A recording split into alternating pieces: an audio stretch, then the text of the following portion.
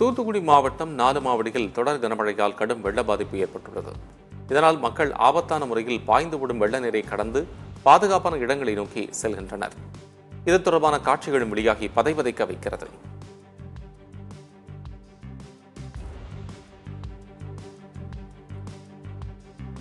இந்நிலையில் சகோதரர் மோகன் சி லாசரஸ் அறிவுறுத்தலின் பேரில் இயேசு விடுவிக்கிறார் மற்றும் நியூ லைஃப் சொசைட்டி குழுவினர் பாதிக்கப்பட்ட மக்களுக்கு நிவாரண உதவிகளை மேற்கொள்ள களமிறங்கியுள்ளனர். அதன்படி முதற்கட்டமாக நாலுமாவடியில் உள்ள மக்களுக்கு உணவு தயாரித்து வழங்கும் பணிகள் முழுவீச்சில் நடைபெற்று வருகிறது.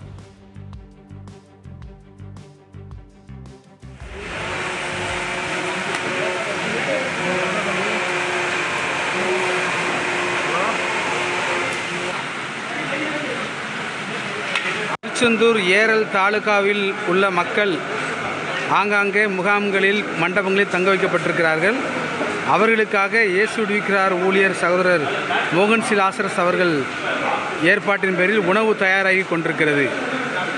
முகாம்களில் தங்க வைக்கப்பட்டிருக்கிற மக்கள், கல்யாண மண்டபங்களில் தங்க வைக்கப்பட்டிருக்கிற மக்கள், அவர்களுக்காக உணவு கொடுப்பதற்காக உணவு தயாரிக்கப்பட்டு கொண்டிருக்கிறது.